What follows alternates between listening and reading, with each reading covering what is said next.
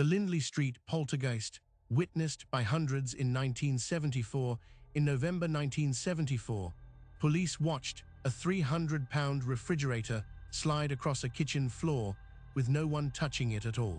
Late autumn darkness settles over Bridgeport, Connecticut, on the evening of November 1, 1974. Inside the modest home at 966 Lindley Street, the Gooden family experiences something that defies every rational explanation. Furniture moves without being touched. Objects fly from their resting places. A 10-year-old girl named Marcia, adopted into the family and loved as their own, stands at the center of phenomena that will soon draw the attention of an entire city. The family makes the call that changes everything. Police dispatch receives a frantic report, objects moving on their own, furniture sliding across floors, a home descending into chaos with no clear cause. When the first officers arrive, they expect domestic disturbance, perhaps a gas leak causing disorientation, maybe even a prank. What they witness instead forces them to call for backup, then more backup, then supervisors who need to see this with their own eyes. A refrigerator weighing over 300 pounds becomes the centerpiece of testimony that will echo through paranormal investigation history. Multiple police officers, men trained to observe and report with accuracy, watch this appliance slide across the kitchen floor. No one touches it, no earthquake shakes the foundation. The floor shows no tilt, no grease, no mechanical explanation. The refrigerator simply moves as if guided by invisible hands, while uniformed witnesses stand frozen in disbelief. Word spreads through Bridgeport with the speed that only genuine strangeness can generate. Neighbors emerge from their homes. Reporters arrive with notebooks and cameras. Firefighters join police in attempting to document and understand what unfolds inside the Gooden residence. Within hours, Lindley Street transforms into a scene more carnival than residential neighborhood. Hundreds of curious onlookers pack the street, craning for glimpses through windows, hoping to witness something that breaks the mundane pattern of everyday existence. Inside the house, young Marcia becomes the unwilling focal point of escalating activity. Every incident centers on her presence or proximity. When she enters a room, objects begin their inexplicable movements. When she tries to rest, the phenomena intensifies around her. She displays no signs of enjoyment or manipulation. Instead, fear marks her features, exhaustion weighs down her small frame, confusion clouds her responses to the adults trying desperately to help her. Ed and Lorraine Warren arrived that same evening, summoned by their reputation as Connecticut's most established paranormal investigators. They navigate through the growing crowd outside, past police barriers, into a home crackling with tension, both human and otherwise. Lorraine Warren, known for her claimed abilities as a clairvoyant, immediately perceives something she describes as an intense energy field surrounding the child. Not emanating from Marcia herself, she explains to Ed, but drawn to her, using her as an amplifier, a conduit through which something inhuman makes itself physically known. Ed Warren begins his methodical documentation. He interviews Marcia with gentle persistence, trained by years of investigation to distinguish between fabrication and genuine terror. The child shows every sign of authentic victimhood, stress responses that cannot be faked, fear that runs deeper than performance, physical exhaustion consistent with someone under sustained assault rather than someone orchestrating an elaborate hoax. Ed speaks at length with the police officers who witnessed the refrigerator movement, recording their accounts while the memory remains fresh and uncontaminated by later doubt or rationalization. These officers have nothing to gain from false testimony. They face potential ridicule from colleagues, skepticism from supervisors, questions about their judgment and reliability, yet they stand firm in their accounts. The refrigerator moved. They watched it happen. No tricks, no wires, no hidden mechanisms, just impossible movement witnessed by multiple trained observers who have no motivation to destroy their own credibility. The phenomena expands beyond simple object movement. A television set levitates 18 inches off its stand in full view of witnesses, hovers for several seconds that feel like frozen eternity, then drops back down with a heavy thud. Chairs overturn themselves with violent force, clattering against floors and walls. Pictures tear themselves from their hangings and fly across rooms. The house becomes a theater of impossible physics, performing for an audience that grows larger and more agitated with each passing hour. Marcia experiences the most disturbing manifestations. On 2 separate occasions, witnesses find her pinned to her bed by an invisible force. She struggles against nothing visible, unable to move her arms or legs, panic rising in her voice as she calls for help. Adults rush to her aid, but can do nothing except watch until the force releases her on its own terms, leaving her gasping and sobbing, marked by an experience that leaves no physical evidence but profound psychological impact. The Warrens attempt to establish monitoring equipment, hoping to capture objective data on the phenomena. The entity, if entity it is, seems to possess awareness of their efforts. Activity pauses when cameras point directly at areas of disturbance. Recording equipment malfunctions at critical moments. Then, when attention shifts elsewhere, when investigators turn to interview witnesses or examine other rooms, the violence resumes with renewed intensity, as if mocking their attempts at documentation. Lorraine Warren voices growing concern about the feedback loop developing between the phenomena and the crowd outside. The entity feeds on chaos and attention, she warns. Every curious onlooker, every news camera, every sensation seeker pressed against the police barriers contributes energy that the poltergeist consumes and redirects into more dramatic manifestations.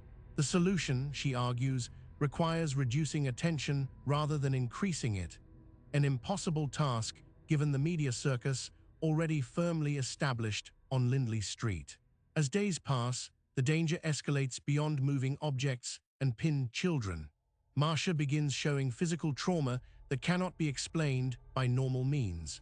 Bruises appear on her arms and legs in patterns suggesting grip marks, though no one has touched her roughly. Exhaustion becomes her constant state. Emotional breakdown threatens as the sustained assault takes its toll on a 10-year-old mind never meant to bear such inexplicable weight. During one particularly intense evening, a bookcase in the living room topples forward toward a group of investigators clustered near it. The heavy furniture falls with enough force to cause serious injury or worse. A reporter leaps backward just in time, avoiding being crushed by mere inches. The near tragedy forces everyone present to confront the reality that this situation, whatever its source, carries genuine physical danger. The house itself seems infected by whatever force drives the phenomena. Doors slam with violent force throughout the day and night. Windows rattle in their frames despite calm weather outside. Temperature fluctuates wildly, one room sweltering, while an adjacent space drops cold enough to see breath fog in the air. The building behaves like a living thing in distress, reacting to the presence within its walls that should not exist according to any accepted understanding of reality. Ed and Lorraine Warren collaborate with a local priest to provide spiritual intervention. Prayers of protection are spoken over Marcia and throughout the Gooden home. Holy water is applied to doorways and windows. The priest conducts blessings in every room where phenomena occurred.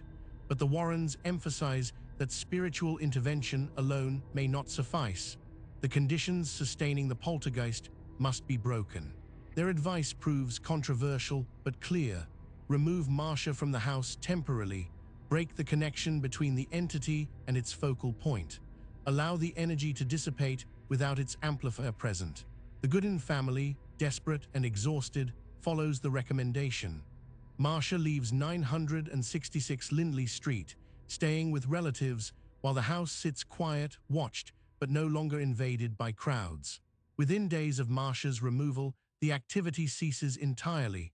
No more moving furniture, no more flying objects, no more temperature fluctuations or slamming doors. The house returns to the stillness expected of normal residential property. The crowds disperse, disappointed or relieved depending on their motivations for gathering. Media attention shifts to other stories. Lindley Street returns to anonymity. Weeks later, when Marcia returns to her family home, the phenomena does not resume. Whatever drove the poltergeist outbreak has exhausted itself or moved on. Ed Warren attributes the resolution to the combination of spiritual intervention and the removal of sustaining conditions. The stress, the chaos, the crowd energy that fed the entity, all were eliminated when Marcia left and the circus disbanded. Without fuel, the fire died. The Lindley Street poltergeist enters paranormal investigation history, distinguished by one factor above all others: the sheer number of credible witnesses. Police officers testified under their own names and badge numbers about phenomena that challenged their understanding of reality. Firefighters went on record. Journalists reported events they observed directly rather than through second-hand accounts. The case cannot be dismissed as isolated testimony or unreliable witnesses. Too many people saw too much. Professional skeptics later review the case files, attempting to attribute all phenomena to Marcia's own actions. Perhaps she moved the furniture herself, they suggest. Perhaps the witnesses were fooled by tricks a clever child might employ, but multiple police officers stand firm in their accounts. The refrigerator moved under conditions where trickery was impossible. They watched it happen. Their careers and reputations rest on their reliability, yet they refuse to recant testimony that opens them to ridicule. Ed Warren maintained throughout his life that Lindley Street represented one of the clearest examples of genuine poltergeist activity he ever investigated. The high number of independent, credible witnesses eliminated the usual doubts that plague paranormal cases. The phenomena occurred under observation by trained professionals with no motivation to fabricate. The resolution through removal of the focal point followed patterns consistent with poltergeist theory. Everything about the case, Warren argued, pointed toward authentic paranormal activity rather than hoax or misperception. The question that haunts investigators and skeptics alike centers on the nature of what occurred. If not trickery, then what force moved objects in defiance of physics? What invisible presence pinned a child to her bed? What fed on chaos and attention to manifest increasingly dangerous phenomena? The answers remain elusive, trapped in that space between documented observation and theoretical explanation where the paranormal resides. Marcia herself, the unwilling center of events that defined weeks of her childhood, moved forward into a life away from the spotlight. The Gooden family sought normalcy after their home became a battleground between belief and skepticism. Lindley Street returned to quiet residential existence, though the address remains known to those who study the paranormal history of Connecticut. The legacy persists in case files, witness testimony, and the persistent question of what really happened during those November days in 1974. Hundreds of people witnessed something. Police officers staked their professional credibility on accounts that defy explanation. A family endured phenomena that left them traumatized and seeking intervention from both spiritual and paranormal authorities. Whatever occurred at 966 Lindley Street, it left marks on everyone who experienced it, marks that time and skepticism cannot entirely erase. If you found this case compelling, subscribe to Vanishing Roads for more documented paranormal investigations from around the world. This story was created with AI assistance based on documented case files.